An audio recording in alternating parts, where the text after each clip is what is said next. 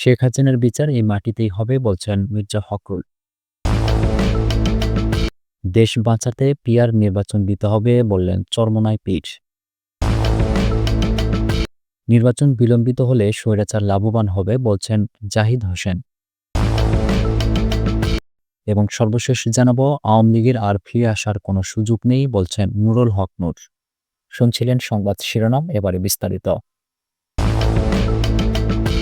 শেখ হাসিনার বিচার এই মাটিতেই হবে বলছেন মির্জা ফখরুল।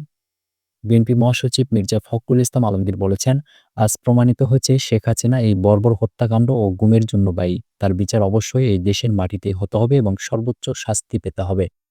শুক্রবার জাতীয় সংসদ ভবনের সামনে গুমের শিকার ব্যক্তিদের স্মরণে আন্তর্জাতিক গুম দিবস উপলক্ষে ভুক্তভোগী পরিবারের সংগঠন মায়ের ডাকের আয়োজনে মানববন্ধন ও প্রদর্শনীর উদ্বোধনী অনুষ্ঠানের প্রধান অতিথির বক্তব্যে তিনি এসব কথা বলেন।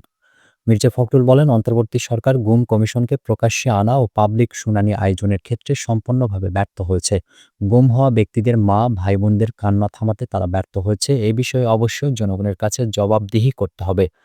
তিনি বলেন, আমরা বাংলাদেশের প্রতিটি নির্যাতিত ও নিপীড়িত মানুষের পাশে আছি। আমাদের নেতারা বছরের পর বছর মিথ্যা মামলায় কারাগারে থেকেছেন। তারেক রহমানকে বাধ্য করা হয়েছিল নির্বাসনে যেতে। নেতৃত্বের পর্যায়ে এমন কেউ নেই যার নামে শত শত মামলা বা হয়রানির শিকার হয়নি। তাই এটা ভাবা ভুল হবে যে বিএনপি ক্ষমতা এলে এসব এড়িয়ে যাবে। বিএনপি নির্বাচনের মাধ্যমে এসব বিচার শেষ পর্যন্ত নিয়ে যেতে চায়।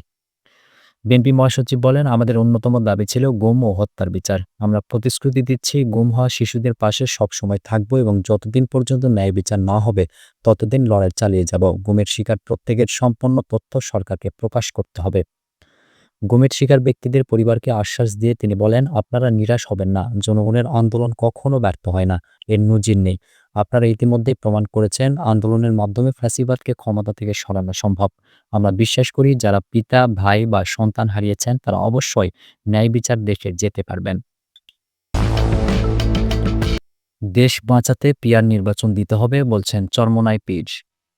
ইসলামী আন্দোলনের আমির চরমোনাই পীর সৈয়দ মোহাম্মদ রেজাউল করিম বলেছেন, জুলাই অভ্যুত্থানের শিক্ষার্থীরা জীবন দিয়েছে একটি সুন্দর দেশ পেতে। প্রচলিত পদ্ধতি নির্বাচন কালো টাকা, পেশি শক্তি এবং ভোট জালিয়াতির সুযোগ দেয়, যাতে দেশের সম্পদ বিদেশে পাচার এবং চাঁদাবাজির জন্ম হয়।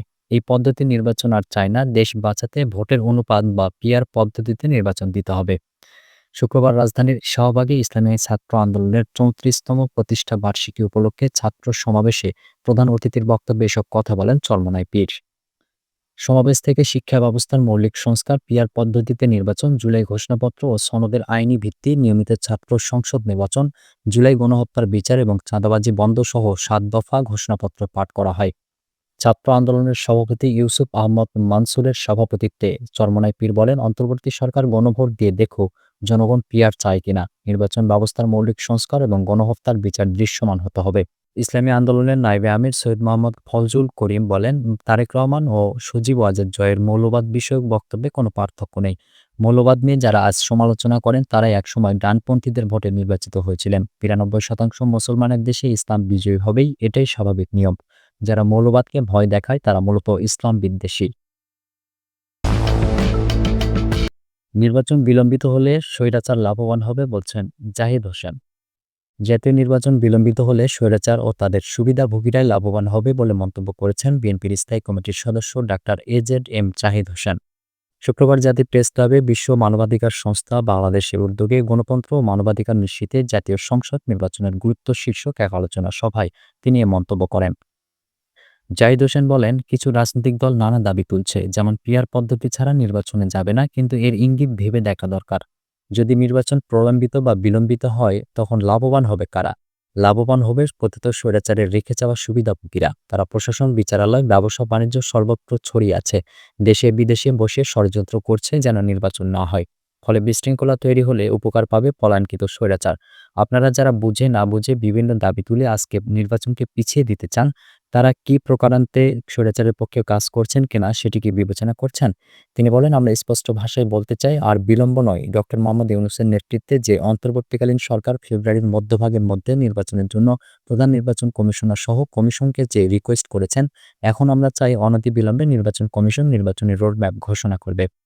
ডক্টর জাহিদ হোসেন বলেন, আজ যদি স্বৈরাচারের পক্ষে কাজ করেন এবং আপনাদের কর্মসূচির কারণে যদি আজ কোনো কারণে এই দেশের নির্বাচন হবে কি হবে না এটি নিয়ে মানুষের মধ্যে এক ধরনের আশঙ্কা জমে, তাহলে লাভবান হবে পলায়নকৃত স্বৈরাচার। এজন্য কি আপনারা ২০২৪ সালের ৩৬ জুলাই করেছিলেন? আমি এখনো বলব, ভাইরা বোঝার চেষ্টা করেন। ক্রীড়ানকের ভূমিকায় দয়া করে লাফ দিয়ে পড়বেন না। তিনি বলেন, দয়া করে দেয়ালে লিখন পড়তে শিখুন। রাজনীতিকে রাজনীতি দিয়ে মোকাবেলা করুন। কোনো অবস্থাতেই গায়ের জোরে কিছু চাপিয়ে দেওয়ার চেষ্টা করবেন না। গায়ের জোর থাকা ভালো। গায়ের জোর কোন পারপসে আপনি ব্যবহার করবেন সেটি আপনার মনে রাখতে হবে। গায়ের জোর যদি আপনি ন্যায়ের জন্য করেন, তাহলে মানুষ আপনাকে সাধুবাদ জানাবে। গায়ের জোর যদি আপনি অন্যায়ের জন্য ব্যয় করেন, তাহলে মানুষ কিন্তু আপনাকে সাধুবাদ জানাবে না। তখন মানুষ আপনাকে বলবে আপনি উগ্রপন্থা অবলম্বন করছেন। আওয়ামী লীগের আর ফিরে আসার সুযোগ নেই বলছেন নুরুল হক নূর। আওয়ামী লীগকে অচল মাল আখ্যা দিয়ে গণ অধিকার পরিষদের সভাপতি নুরুল হক নূর বলেছেন, এ দল আর দেশের জন্য উপযোগী নয়। এদেশে আওয়ামী লীগের আর ফিরে আসার কোনো সুযোগ নেই।